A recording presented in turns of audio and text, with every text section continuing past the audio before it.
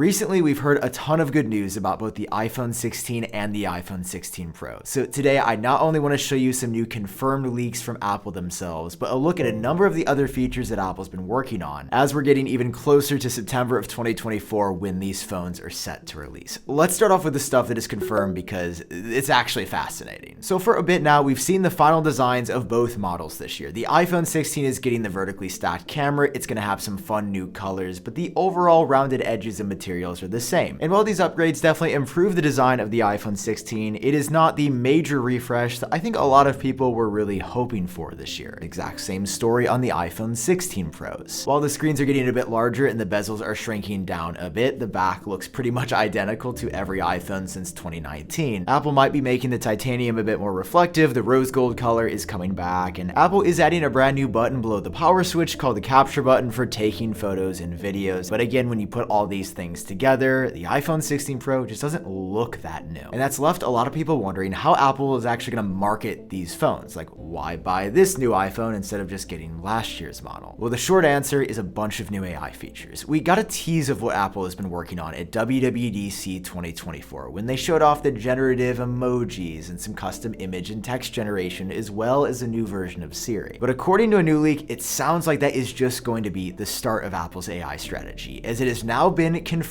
by Apple themselves in leaked code that every single iPhone 16 from the regular to the Pro models is getting the A18 chip. Now, if this was a normal year, I don't think this would really be news, a chip that Apple's putting in the phones. Okay, cool, but this is not a normal year, and the chip inside of both the iPhone 16 and the 16 Pro, I think is actually the story for the phones this time around. And by the way, if you want to see more cool renders like these, make sure you hit that subscribe button so you don't miss out on any future videos. For months at this point, and way more than in prior years, we've heard big rumors about the A18 chip. It's not just going to be a little bit more efficient and a little bit faster. It's going to have a significantly upgraded neural engine dedicated to performing specific AI tasks. Essentially, if you saw what Apple announced at WWDC with all of the current hardware that they make and said, that's pretty cool, I can't wait to use those features on my iPhone, that's the stuff available on what they've already built, not the stuff they're currently building. So with Apple wanting to offer the majority of these AI features on every single iPhone 16, they don't want to only put the new chip in the Pro models like they've been doing for a couple of years since 2022. That was the first time ever that they didn't put the same chip in every iPhone and started putting only the new chip in the Pros and the year-old chip in the lower-end models. Whereas on the iPhone 16, they want to bring as many AI features as possible to both models, so they're putting the baseline of the A18 in everything. Then there's the second part of this confirmed leak, which I actually think is more interesting, because in the same reference of Apple talking about the A18 chip running on certain iPhones, they also mentioned 5 different iPhone models that will be getting the A18 chip. And I know how to account for 4 of these, right? The iPhone 16, iPhone 16 Plus, iPhone 16 Pro, and iPhone 16 Pro Max. So Apple just confirmed that they're releasing at least 4 new iPhones this year, but we already knew that. What's this other model? What is this 5th iPhone that's also said to be getting the A18 chip? Well, I spent some time thinking about it, and I think I figured it out, because I now believe that we have confirmation that the iPhone SE 4, set to release in spring of 2025, will also be getting the A18 chip, which will mean it gets all of Apple's latest AI features as well. And this is a device that we have heard rumors about extensively for years. It's going to be a major redesign, a complete rethink of what the budget iPhone is, with the iPhone 14 style design with a notch and flat sides and aluminum. And the iPhone SE 4 will also be switching away from Lightning, and it will complete Apple's transition to USB-C ports across all of their products. So with this having USB-C, of course, I want to charge it as fast as I possibly can. So that's why I partnered up with Ugreen, who sponsored today's video to show you their brand new Ugreen Nexode X 160 watt charger. With 3 USB-C ports and a USB-A port, you can fast charge your laptop, your tablet, and your phone all at the same time, on top of another 4th device. And with the latest Power Delivery 3.1 protocol, you can fast charge a 16-inch MacBook Pro to 50% in just 27 minutes, which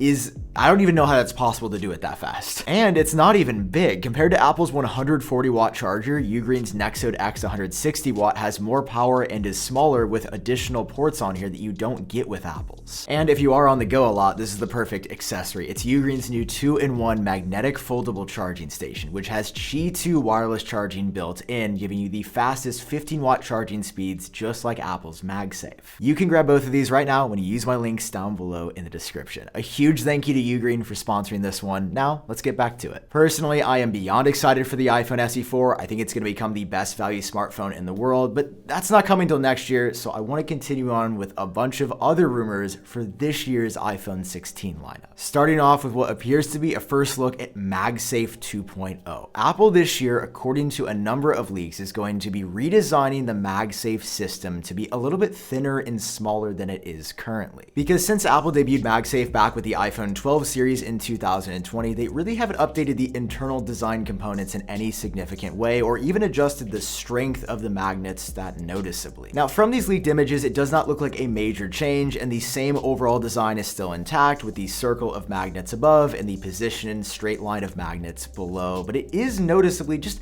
a bit less wide than it used to be, making me question if Apple is trying to make room for maybe what sits below it. Now, I don't want to get too excited here, as I'm known to do sometimes, but it does seem like 2024 could finally be the year that Apple starts taking iPhone battery life seriously again. And according to a pair of new reports, Apple is planning the biggest battery redesign ever by, for the first time, getting rid of that rubberized coating we have had since 2007 and now plating the battery with metal. And I have to say, after learning more about this, Apple's pretty gigabrain for this one because it's allowing them to achieve two things at the same time. The first is an improvement in battery density. We're hearing that a 5 to 10% increase on at least one iPhone 16 model is happening, likely the Pro Max, and this is due to the new metal plating. That part's great for us, but I think Apple is a bit more pressed about the second reason they're changing the battery. And that's due to some pending regulation in the European Union that by 2027 demands that smartphones must have a more easily user replaceable battery if they don't already. And if you've ever tried to replace the battery on a current iPhone, you know that having to use the little melty stuff and loosening the seals for the battery, it's not a real easy process. By switching to a metal plated battery, we're hearing that Apple's going to implement a new shock displacement system, so you can basically touch one part of the iPhone with an electrical current and the battery will more easily dislodge or come out than it does currently. And while that sounds a bit complicated and extra and maybe a bit over-engineered, I mean, let's just look at how Apple's handled their regulational requirements so far. I wouldn't say that they've done everything super straightforward and that they like to express their compliance in their own special way. Hey, either way, we're getting a battery with more battery life than it has currently, and I can't ask for much more at this point. According to other rumors, these changes that Apple is making this year is going to account for the longest battery life ever on a Pro Max sized iPhone. But the good news for the iPhone 16 Pro Max doesn't stop there, as according to some rumors, the cameras are also going to be getting some special upgrades that you don't get on any other iPhone, even the smaller Pro. It sounds like Apple's most expensive iPhone is going to have an even better Sony camera sensor than what you have on the standard Pro model this year. This new sensor would likely feature a stack design for better performance, 14-bit analog to digital converter, which would give you higher quality image data conversion, and a digital gain control for better dynamic range and noise control. Or in other words, making the key parts of what makes a good photo even better and more accurate, which sounds like it would only be available on the most expensive iPhone and not on the regular Pros if you use this one like me. And putting both of these things together, the best battery in the iPhone 16 Pro Max, the best cameras ever in the iPhone 16 Pro Max, I do wonder if we will finally see this rumored iPhone 16 Ultra model that we've heard about in rumors over the years but has never actually materialized. We have the Apple Watch Ultra with a couple of crazy features and a crazy high price point. It just seems logical that Apple will eventually bring that to the iPhone. Although to be clear, there are no credible rumors just yet saying that we are actually getting an Ultra iPhone in 2024, so it does seem that Apple will be sticking with the iPhone 16 Pro Max again. We also know that a big part of the Pro iPhones this year are these slightly larger displays that Apple is going to be using, and now we have some new details about these screens. Unfortunately, it's not in regards to Dynamic Island. It is still going to be the same size. The smaller hole is not coming until next year, but it does sound like the slightly larger 6.3 and 6.9 inch display sizes that Apple uses are going to be some of the best looking smartphone screens ever. They're said to be Samsung's latest M14 panels, which have increased longevity as well as brightness. And this matches up with another rumor we've heard that the iPhone 16 Pro screens will go up to 1200 nits of brightness this year instead of just 1000. Year over year, that's an improvement of about 20%, which is a pretty good jump for these panels. And while it sounds like it's really easy to just make a panel brighter, it's not that simple, especially when you're doing something as high quality as the OLED panels that Apple is used to using on the phone. And finally, want to end with a change happening on all iPhone 16 models. These will be the first iPhones that Apple makes that support the newest Wi-Fi 7 standard, which is not one of these things that will change of the world, but compared to Wi-Fi 6 and 6E, it's said to be more efficient, lower latency, and have the capacity to support more devices at the same time. For now, I want to thank both Crody and Artifacts for the incredible renders that you saw throughout this entire video. They are the reason that these videos come to life. They are so good at what they do, so please follow both of them down below. And I am getting excited for the iPhone 16, guys. Technically, it comes out in 2 months. We're in